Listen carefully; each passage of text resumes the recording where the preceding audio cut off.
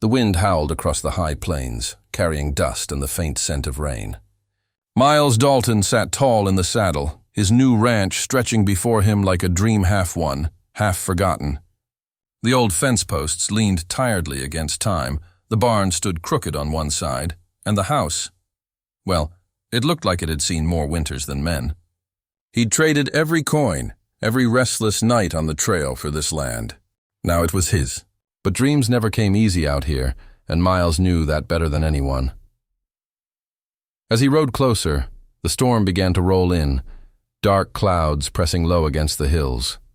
The air was heavy with that strange quiet that comes before the sky breaks open. Miles dismounted and tied his horse to the porch rail, boots sinking into the mud as the first drops of rain began to fall. The door creaked when he pushed it open, revealing a cabin filled with dust and silence.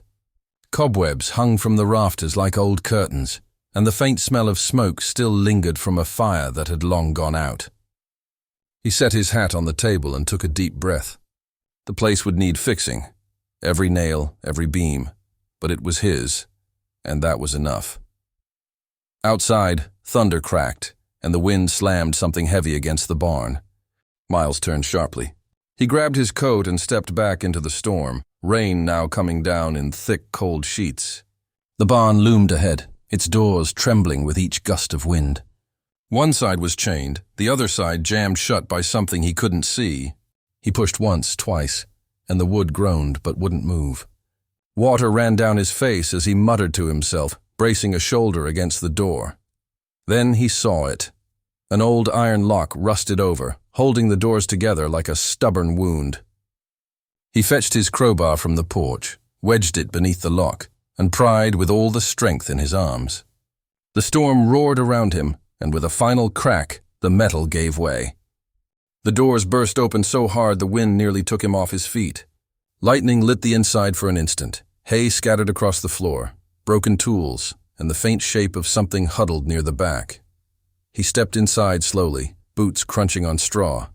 The smell of old feed mixed with the sharp tang of damp air.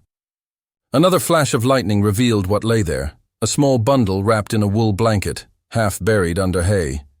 Miles froze. For a moment he thought his eyes deceived him. He knelt, brushing the hay aside, and saw the outline of a face, tiny and pale. The child was sleeping or unconscious. He couldn't tell which. The blanket was soaked through and the little body shivered with each breath. His chest tightened. Someone had left this baby here, alone, through the storm. He lifted the bundle carefully, the weight hardly more than a loaf of bread, and hurried back toward the cabin. The rain beat down harder, soaking him to the bone before he made it to the porch. Inside, he laid the child on his cot by the fire pit, striking a match and lighting the kindling he had set earlier. The flames caught, weak at first, then strong enough to chase away the chill that had crept into the room. He rubbed the child's arms gently, murmuring under his breath as though his words could warm the air itself. The baby stirred slightly, a faint whimper escaping its lips. Relief hit him like sunlight after a long winter. He wrapped the child tighter and sat beside the fire, watching the small chest rise and fall.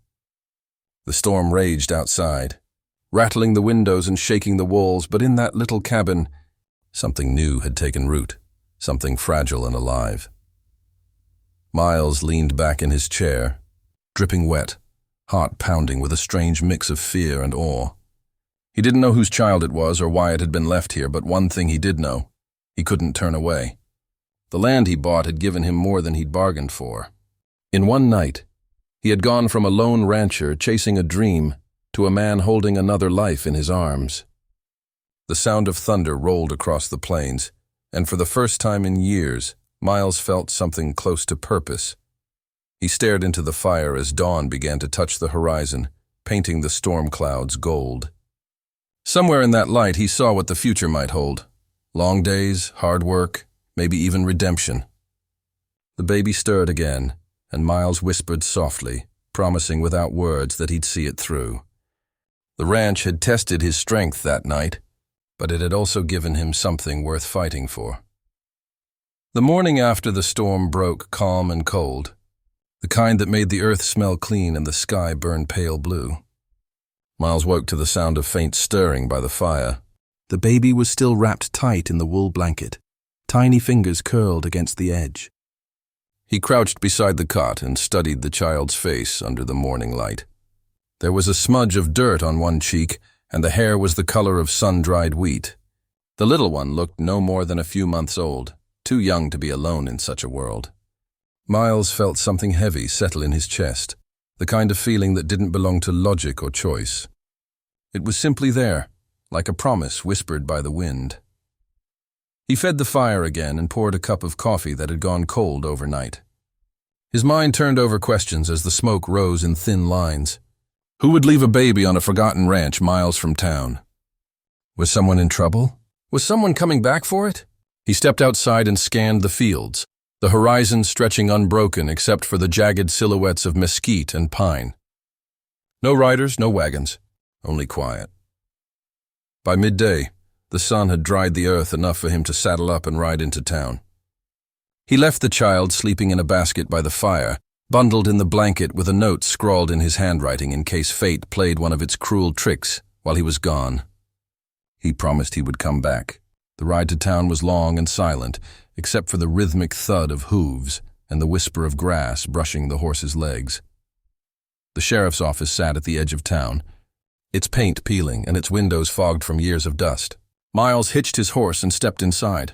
The sheriff, an older man with a graying beard and eyes like worn steel, looked up from his papers. Miles told him what had happened, the barn, the storm, the child. The sheriff listened, nodding slowly, then rubbed his jaw. He said no one in town had reported a missing baby. There'd been some drifters passing through before the storm, a wagon headed west, a young woman who'd been asking after work at the saloon, but no one had seen her since. Miles felt a hollow ache in his gut at that. The sheriff offered to send a rider out to the neighboring homesteads, but they both knew it might be a long wait for an answer that would never come. When Miles rode back to the ranch, the sun was setting behind the ridges, painting the sky in streaks of copper and violet. The cabin stood quiet against the dusk, smoke curling from the chimney. Inside, the baby had awakened, crying with the kind of need that went straight through a man's bones. Miles scooped the child up awkwardly, rocking back and forth like he'd seen mothers do. He whispered nonsense, soft sounds that meant nothing but somehow soothed the air. Slowly the crying faded into hiccups, then silence. He found an old wooden cradle in the corner, broken on one side, probably left by the previous owner. With a bit of rope and some patience, he fixed it. It wasn't perfect, but it held steady. When he laid the baby down, something inside him shifted, a feeling that caught him off guard. He'd spent his life working cattle, mending fences, fighting storms. Everything had been about survival, never belonging. Yet now, in the dim glow of firelight, with a child breathing softly beside him, the cabin no longer felt like an empty house. It felt like a home. Days turned into weeks. Miles rode into town for milk and cloth, for anything that might help. Folks started talking, of course, about the rancher who found a baby in his barn. Some called him unlucky, others called him blessed. Miles didn't care much for either. The child began to grow stronger, laughing sometimes at the flicker of light or the rustle of his coat. Each time that sound chipped away at the loneliness that had built up in him over the years. One evening, while mending a fence near the barn, Miles caught sight of a figure on the ridge. A woman, her dress torn, hair loose and wild from the wind. She rode a bay horse and stopped just short of the fence line. He walked toward her slowly, hand resting on the post. Her face was pale, eyes hollow with worry. Before he could speak, she asked if the child was alive. Her voice broke like glass on stone. Miles nodded. She dismounted and clutched her arms to her chest, trembling with something between relief and shame. She said she'd left the baby there during the storm, fearing she wouldn't survive the night. She thought no one would ever find him. Miles said nothing for a long time. The woman looked ready to collapse, but the baby's cry came from inside the cabin, soft and real and alive. She turned toward the sound, tears filling her eyes.